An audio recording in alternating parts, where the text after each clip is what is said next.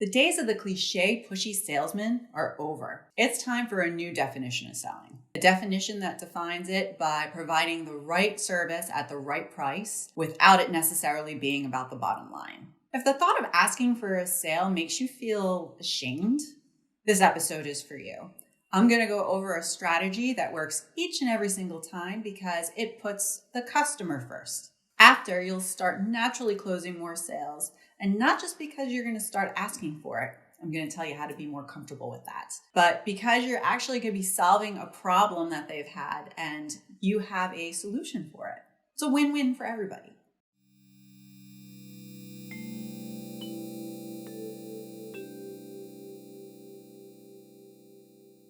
My name is Corrie Lo, and I'm a life and business coach who helps survivors find purpose through leading emotionally fulfilling lives and businesses. As a third-generation entrepreneur who's also served as a senior vice president, I know a thing or two about closing sales and have been doing it pretty much the entirety of my adult life. Before we go ahead and get started, if this type of content interests you, definitely be sure to hit subscribe so you get updated next time a new episode airs. So you want to know the secret to sales that no one seems to ever talk about? I'll tell you this, it's super simple in theory. Keep the customer in control. Customer's in control, not you. The time we finally realize this, the easier it is to actually make and close a sale. So today I'm going to be going through some very simple tips and a general structure of the best way to have a sales conversation to best serve that customer as well as to better convert them. This process actually makes selling a more authentic and genuine process and really puts the customer in the driver's seat, which everybody loves. One of my absolute favorite quotes on selling is, "People hate to be sold, but love to buy."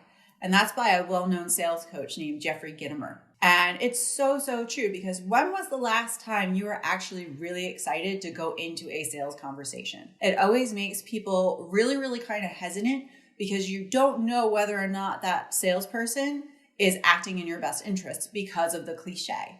So many people out there just want to get that sale to close their bottom line. And it's very difficult, especially with higher ticket items, to be able to make those kind of decisions on the fly like that, unless you really feel comfortable and had all of your questions answered. So that's what we're going to be talking about today, how to make your customers feel comfortable and how to make them so excited to be purchasing your service that they tell everybody about it after they've done it. So one of the first things that you want to do is actually establish a rapport. You don't want to jump right into the sales talk. So by establishing a rapport, it could be as simple as, talking about the weather. It could be one of the ones I actually love the best and which serves a dual purpose is to ask somebody how they heard about you, because that actually helps you determine how good your marketing is and what marketing is performing the best for you. And it also helps you, especially if you're doing digital marketing like I do, be able to discuss the content that you're sharing with people, to get their opinion on it. Just have a nice kind of casual conversation before you really get into the nuts and bolts of your sales call. Now, the next part is making sure that you're asking really thoughtful questions. This should really be the bulk of the first part of your sales conversation. And it's with good reason. You really want the customer to feel that you understand them and understand their challenges. So by asking proactive questions to get to the root of what their problem is and why they're coming to you, is going to help them feel that much better in the conversation. So you definitely want to take a more proactive role in asking really good questions. And one of the best ways to do this is to make sure you're very clear on your customer avatar. If you're not sure what a customer avatar is, it's basically going through and doing some analysis on who your most profitable customer is and what they look like. So where do they live? Are they married? Do they own their home? What kind of things are they interested in? What kind of activities do they enjoy? Do they have children? Are they, what's their level of education? There's so many different ways to kind of narrow down who that avatar is. And then once you know them, it's then much easier to know what their challenges are. And if you know what the challenges are up front, you could kind of ask proactive questions, knowing what those challenges are, but allowing the customer to bring them up in the conversation themselves without you having to cite that it's a problem, right? So by posing it as a question to them, then it puts them in control and still in the driver's seat throughout the conversation. So that's so important. Ask good questions. It's also good during this phase to make sure that you're asking questions on the primary motivation as to why the customer is reaching out for you. You want to know what it is that prompted them to pick up the phone to look to you. Usually it's a specific problem that they're looking to have solved or something that they're looking to accomplish. So through this question phase, only focus on getting that specific answer. Then from there, it's also helpful to go through and, ask questions on what obstacles has the customer gone through that's prevented them from solving whatever the problem is. This again puts them in the driver's seat. It allows them to provide feedback on maybe things that your competitors are doing or other types of challenges that are available in the marketplace that you can then later incorporate not only into your sales pitch, but you could also incorporate into your packages and your services, which is super, super important and kind of goes to show the customer that you really, really care about their experience. Next up is you just want to listen. Just smile, listen, let the customer speak, and then ask another question when appropriate. It should be a very one-sided conversation at this point. The customer should be speaking more to you and you should be doing most of the listening. Again, this is important psychologically because it puts the customer in the driver's seat. They are in control. Then from there, it makes sense to prove to the customer that you listened and really understood what they're going through, that you ask them the simple question, is it okay if I repeat back to you what I'm hearing? Because then from there, it helps validate the customer, what they're feeling and what their problems are, and it helps them understand that you really know and appreciate what their challenges are and that you understand why they're coming to you. So it really helps build that trust. Super important. Now, to continue to keep the customer in the driver's seat, you still want them to be in control every step of the way, especially when it comes to how you present your products and services. The way I always like to do it is by presenting it as a question, like you're asking permission for it. So one great way to do it is, would you like to hear about our packages and services? Would you like to hear about what we offer after, whatever the phase is? And then from there, you're giving them the option to say yes or no, which therefore still makes them feel in control, safe, and comfortable. As you continue to go through this process, then from there, it's a good time to try to test the close the sale. Now, there's been a few different ways that I've been taught to do this throughout my own sales career. And in general, most salespeople will tell you to assume the sale.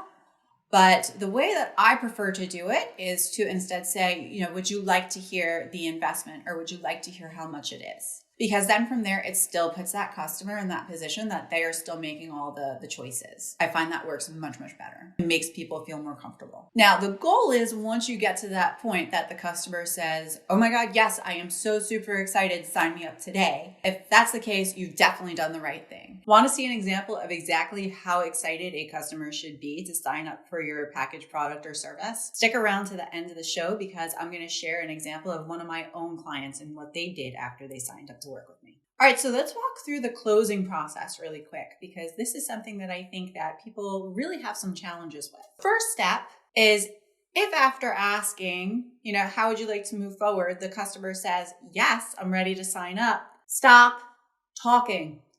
I have seen so many well-meaning salespeople continue to talk about the product or the service or whatever else after getting that yes, and they end up talking the customer out of the sale. It's really doing no one any service if you continue to try to offer them information that they don't need. They already told you yes, they're ready to go. So from here on out, the rest of the information that you provide for them should be transactional only. You don't need to provide any other info. Just if they say yes, move forward with the sale and be happy. Now, another place that I think a lot of new salespeople or owners that are working to sell really find challenging is dealing with objections, right?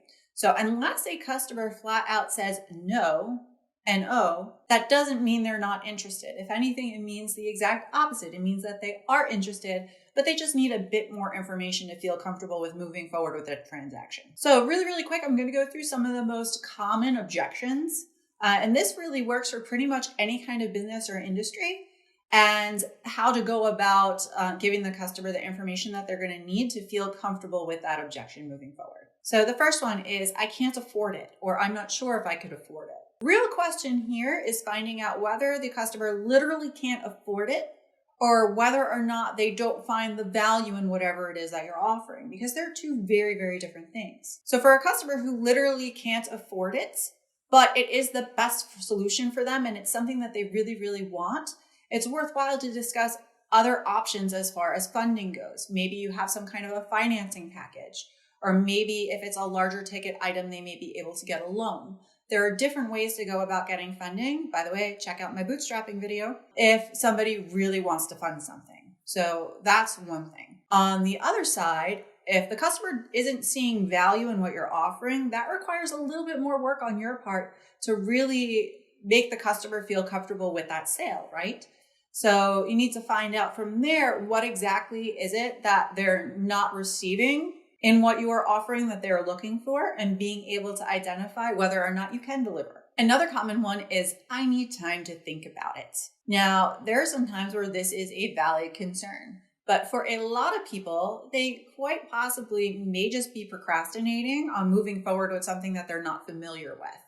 So again, ask some discovery questions to find out what the holdup is that they would need to wait. Because if your package, product, or service meets all of the needs that they were looking for without the obstacles that they were citing that they had before, it really should be a no-brainer. This one is super, super common, and you have to be very sensitive with it too. And it's, I need to talk to my partner about it. So this is a completely legitimate response because a lot of households are joint spenders. So they do need to, cite or bring the opportunity to another person before they actually sign on. So here are some great ways to make sure that you're getting them the information that they need to be able to have a good conversation with their partner regarding it. So first question would be to ask, what questions do you think your partner may have about the product or service? Because then from there, you can give the customer all the information that they need to then go back and have a conversation with their partner. Another proactive way to go about it is ask, if your partner is a yes, are you a yes? And if they say yes, then from there, I'd say, well, what do you think it's going to take to make your partner a yes? And get all those questions and objections out in advance so that you have time to address them. And granted, your product or service is right for that customer, be able to provide them with the answers that they need to feel comfortable with moving forward. And as I mentioned before, there are instances that customers really do need more time. One of the very worst mistakes that you can make as a salesperson is just to let them go on their way and then hope and pray that they're going to give you a call back. Don't do that. The best service that you can provide that customer, especially granted that what you offer is what's really going to help them, is to ask to schedule a follow-up call or a follow-up meeting. Either one works.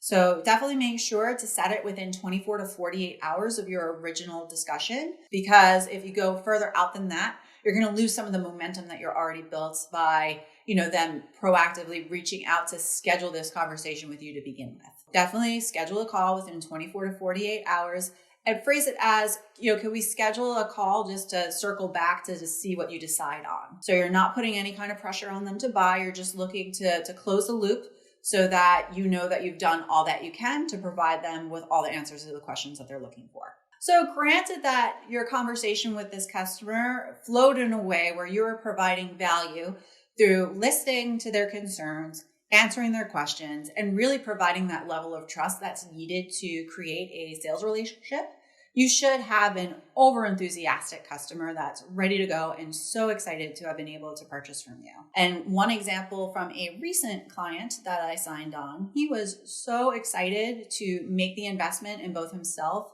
and me, regarding coaching services, that he went online and posted this absolutely incredible essay to his friends and family on the importance of investing in yourself and, things that you could do to improve, and how there's value in being able to purchase services like he was looking for, which for him in particular was life coaching. Such an incredible thing to be able to see people so excited for what you have to offer. And it really helps validate that you're doing the right thing by your clients. The last time you were super excited about a purchase, what was it about the transaction that made you want to go all the way? I'd really love to hear about this. So definitely be sure to leave a comment or to tag me on Facebook, Instagram, or Twitter. I just may feature your comment on a future episode. Ready for even more motivational content? Head on over to my website, www.corrielo.com, and be sure to sign up for my email list. Every single week, you'll receive tips, tools, resources, and interviews designed to help you lead a more emotionally fulfilling life and business. I look forward to connecting with you there.